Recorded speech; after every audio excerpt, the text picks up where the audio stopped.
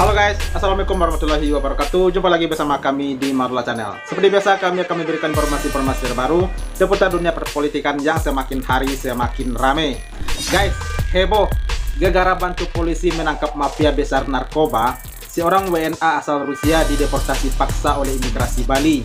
Padahal dia sudah punya keluarga dan anak istri di Indonesia, dan bahkan dia juga sudah mualaf katanya. Apakah begini bentuk hukum Indonesia?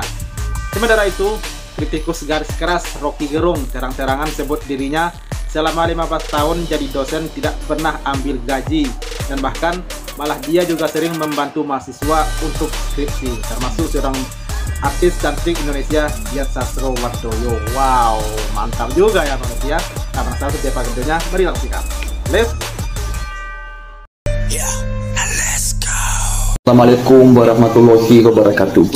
Kepada yang terhormat Bapak Presiden Republik Indonesia dan Menteri Hukum dan HAM, izin saya bernama Archon Ketukhov WNA asal Rusia menyampaikan secara terbuka melalui video ini bahwasanya saya telah dideportasi paksa oleh imigrasi Bali setelah saya bantu polisi menangkap mafia besar narkoba. Padahal saya memiliki dokumen personal yang lengkap dan sah. Saya tidak pernah melakukan pelanggaran hukum apapun. Justru selama ini saya banyak bantu aparat keamanan negara untuk tangkap para penjahat narkoba di Pulau Bali. Saya juga ada SKCK dari Mabes Polri. Mengingat ada ketidakwajaran dari proses deportasi ini. Mohon ada pemeriksaan terhadap oknum-oknum di imigrasi itu. Saya mualaf, saya cinta Indonesia. Saya telah menikah dengan wanita Indonesia. Saya cinta keluarga saya di Indonesia. Saya sangat rindu ingin kembali mendapat izin tinggal di Indonesia.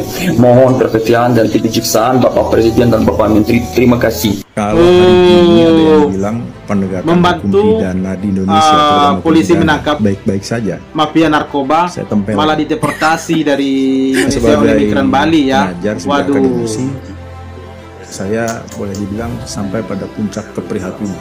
Stres nih gue nih ngeliat penegakan hukum sekarang. Betul. Apa sih sebetulnya yang bikin stres gitu? Terus terang masalah penegakan hukum itu bang, bukan di hukumnya, tapi di penegakannya, terutama di lembaganya dan aparaturnya. Nah, celakanya kenapa saya bilang penegakan hukum pidana yang tidak baik-baik saja, penegak hukum kita ini cenderung abuse, ya, jadi versi mereka.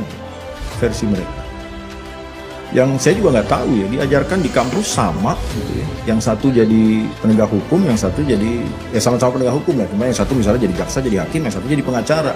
Bisa beda cara pandangnya gitu. Padahal ilmunya sama, dosennya sama, bukunya sama gitu. Indonesia ini nih penghasilan haram mereka nggak takut, makanan haram takut mereka.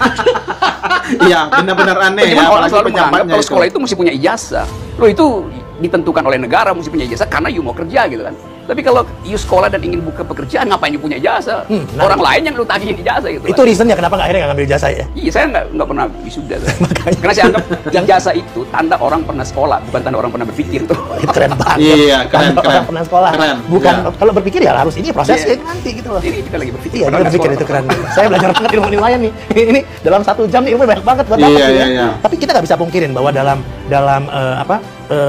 sejarahnya seorang Rocky Gerung memberikan kontribusi pada ilmu filsafat sehingga orang membuka pandangan orang terhadap ilmu filsafat itu sendiri. Iya, saya ngajar di departemen filsafat, diminta ngajar sebetulnya. Saya lagi jalan-jalan keluar, profesor filsafat itu minta saya bantuin. Jadi oke, saya bantuin beberapa mata kuliah. Akhirnya keterusan. Akhirnya saya buka kira-kira 15 mata kuliah baru tuh, karena nggak ada yang berani buka mata kuliah itu. Kenapa? Saya bilang saya buka, saya ngajarin sendiri itu.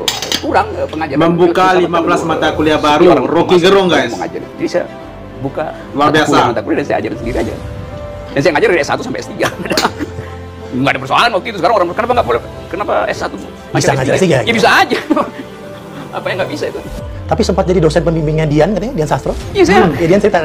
Oh, Dian cerita. Iya, saya dosen. Nah, itu kan. Oh, dosen pembimbingnya Dian Sastro dia guys. Dia artis. Nah, waktu Dian maju skripsi, orang bikin gosip. Seolah-olah ada sesuatu, kemudian saya protektif atau oke, saya bilang begini dia, Dian itu pintar, saya udah pelajari. Jadi supaya nggak ada gosip, ujian Dian itu dibuka untuk semua mahasiswa dan dosen. Itu pertama kali saya minta ujian dibuka, siapapun boleh datang, saksikan sendiri. Kalau dia nggak bisa jawab, ya dia bodoh. Kalau dia bisa jawab, dia pintar. Iya. Jadi ya karena dia artis ya, wartawan juga datang tuh, dan mereka nonton ujian itu.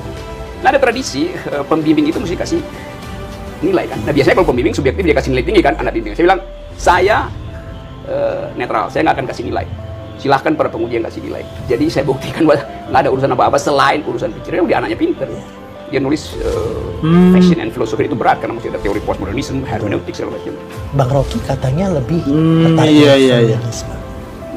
Saya mengajar feminisme. Saya ngajar epistemologi, hermeneutik macam-macam. Tapi feminisme itu kan filsafat yang egaliter yang berupaya untuk melucuti arogansi patriarkisme, arogansi pikiran laki-laki gitu. Karena dulu dianggap perempuan itu nggak bisa berpikir. Bahkan ada kasus dulu di abad 14-15, ada seorang perempuan, dia mau maju jadi doktor di Italia. Kalau laki-laki jadi dokter itu cuma diuji 4 orang, selesai dalam 2 jam.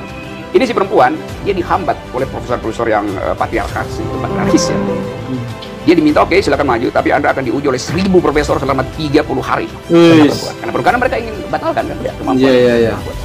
Akhirnya dia iyain dan dia lulus. Jadi siapa yang lebih bermutu? Yang diuji 4 orang atau yang diuji 1 lapangan? Nah, itu yang saya ingin agar supaya pikiran feminisme itu juga dijadikan sebagai bahan perkuliahan. Karena banyak dosen yang patriarkis yang menganggap perempuan tidak bisa berpikir. Tapi filsuf favorit dari Bang Rocky siapa ya? Saya membaca banyak dan kadang-kala kita sebut favorit dalam satu sisi tapi tidak dalam sisi lain. Jadi setiap filsuf itu ada keunikannya dan ada yang radikal pada pikiran. Ya cuman orang Indonesia menganggap kalau belajar filsafat pasti jadi ateis gitu. Nah, itu kan pikiran dangkal gitu kan. Orang berubah pendapat orang-orang yang punya pikiran seperti itu supaya mungkin anak-anak emang tertarik pada filsafat. Di Indonesia pelajaran filsafat itu diberikan semester-semester akhir bahkan dasar yang sangat pendek. Di Prancis itu anak SMP udah diajarin filsafat. Jadi dari awal mereka filsafat itu sebetulnya adalah kemampuan untuk menginterupsi argumentasi, memotong argumentasi supaya bisa dicari jejak awal dari argumen Anda apa itu. Jangan udah panjang ternyata jejaknya palsu, akarnya akar serabut. Kita mencari akar tunggangnya tuh yang memegang ke tanah itu. Gitu. Keren. Bang, 15 tahun ngajar nggak pernah ngambil salary ya? Nih, kelas Rocky Gerung ini guys. Lebih banget bagaimana? Pelajaran ini. kan mereka minta saya mengajar, jadi saya iyain. Lain kalau saya mendaftar. Itu rutin ya? Rutin, seminggu saya 3 kali minimal ngajar itu. Jadi saya menganggap ya saya mau membantu aja. Mengajar saya nggak perlu uangnya itu. Kalau saya perlu uang saya pasti deal dong. Saya akan minta sekian ratus juta misalnya. Padahal saya tahu itu kan universitas negeri yang at that time lagi ya masih. Iya, kadang-kadang mahasiswanya nggak bisa bikin skripsi ya. Gue kasih duit skripsi, gue kasih duit semesteran kan. Lebih. Iya. Gitu, karena saya tahu kondisinya begitu. Parah. Kalau orang masuk UI kan ya dulu UI itu ya anak Kebayoran sama anak Menteng. Tapi sekarang kan anak daerah banyak yang karena kan memang kesulitan tapi dia pintar, kita mesti bantu. Masa kita mesti majakin negara untuk begituan, mesti minta gaji dari negara. Saya mengajar semata-mata karena ingin supaya orang lain juga ikut. 15 tahun loh. Tapi saya kan masih bisa kasih ceramah ke perusahaan juga. Oh jauh lah pasti. Atau main saham gitu. Oh main saham. Iya itu main judi yang legal. Yang legal.